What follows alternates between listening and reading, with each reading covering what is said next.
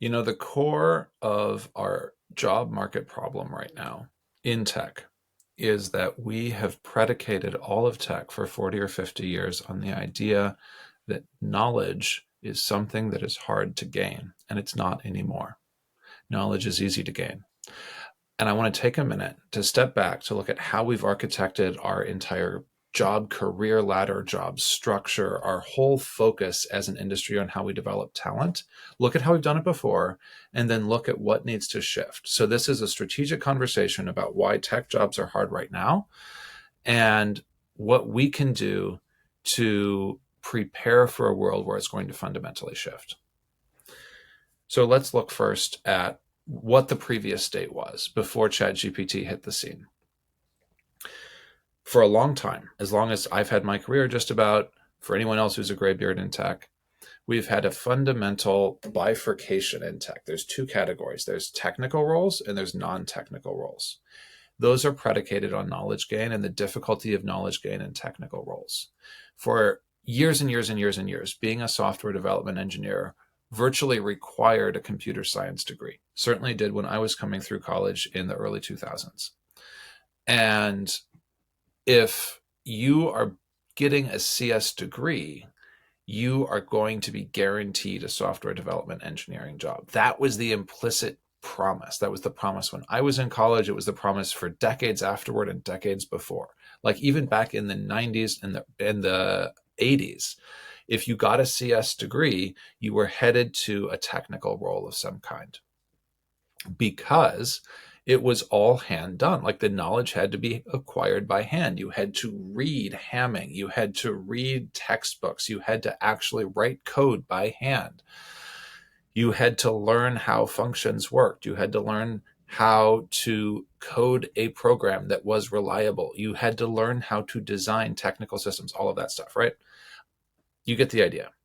Non-technical roles were different. The expectation was that the knowledge that mattered was contextual knowledge about the product, about stakeholder management, about the customer. And so you can group product management, customer success roles, sales roles, marketing roles. They all fall into this non-tech bucket. And essentially, everybody was specializing in pieces of the non-tech value chain. And what they were specializing on was contextual knowledge of that corner of the domain, right? Like the marketers knew what kind of marketing worked for a particular product in a B2C market aimed at a particular demographic. And the sales guys knew what particular sales approaches worked for B2B account selling. And the product people knew how to connect engineering requirements, which are quite specific, with customer requirements, which are quite vague. And so all of that to say, for a long time, we had this split. The split began to break down in the 2015 to 2020 range. And this is before ChatGPT. So I want to actually call us back to this. We started to have this idea of a technical product manager and a non-technical product manager. And that was an early sign that this knowledge was starting to get blurry, because PMs had been around engineers so long that we had PMs in the job family who could code. We had PMs in the job family who had acquired the technical knowledge needed to build extremely technical systems.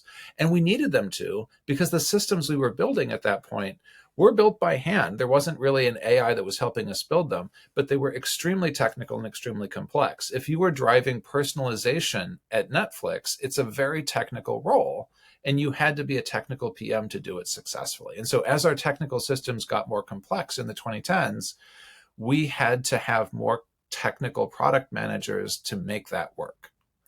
Fast forward to when ChatGPT was released and everything changed. At that point, the fundamental basis for that entire system of employment shifted. We are now in a world where knowledge is a commodity. Knowledge used to be precious. Knowledge used to be something you went to college to gain, and you paid like an absurd amount of money, and it has gotten more and more expensive. And at this point, one of the interesting things is, even though college costs are going exponential, the implied value of the knowledge you gain at a school has just fallen through the floor. And no one really knows what to do with that dislocation. This video is not about college cost unit economics. We're going to put that to the side. This is about talent in tech.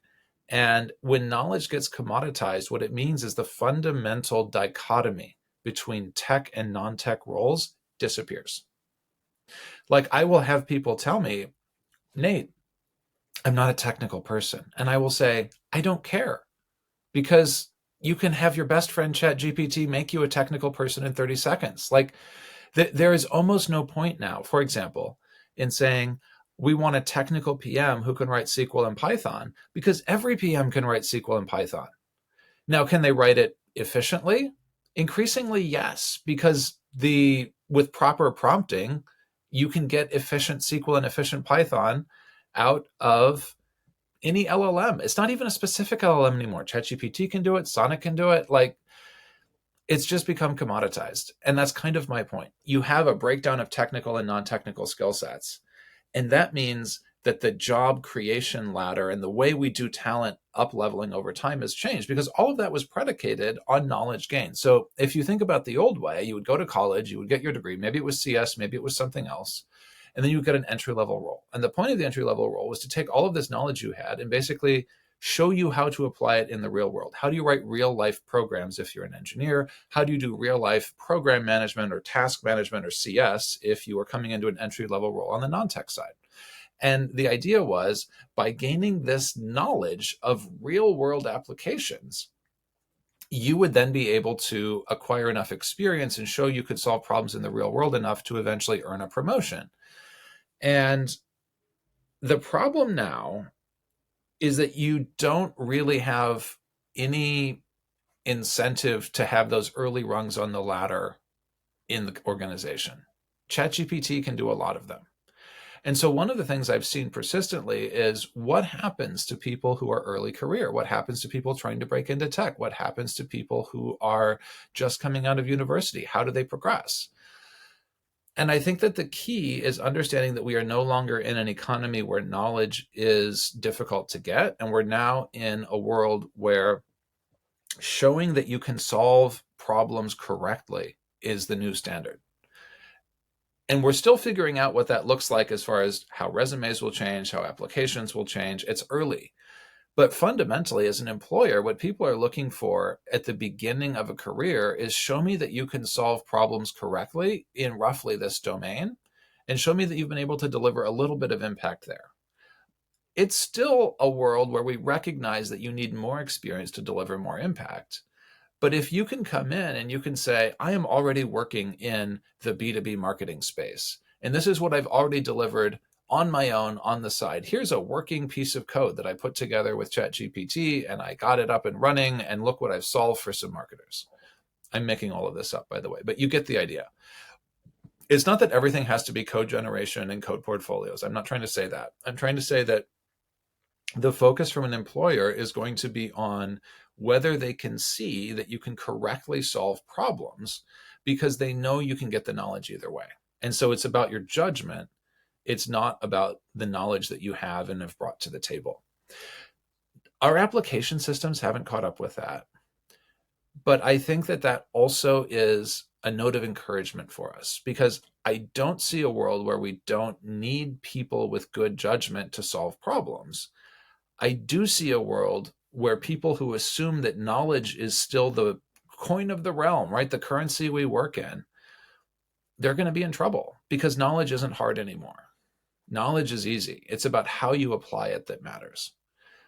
And so if you walk back into the job market, like previously, it was like, okay, so you have your tech or non-tech degree, you get an entry-level role, you gain experience, you get a mid-level role. Then if you show management aptitude, you get a leadership role. It's a very set pattern across a bunch of different job families.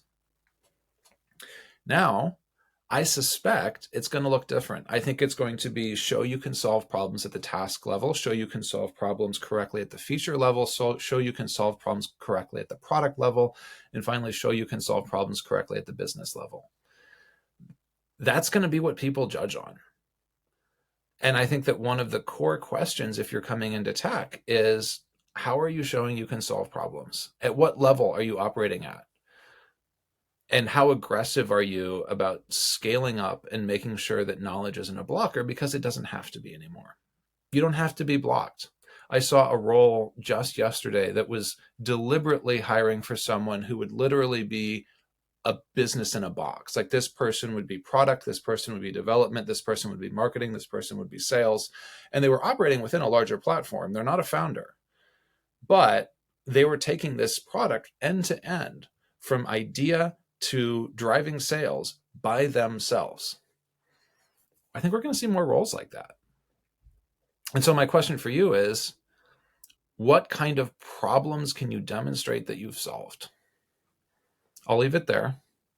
Let me know. What do you think? How is the knowledge economy changing into the problem-solving economy, for lack of a better term? Cheers.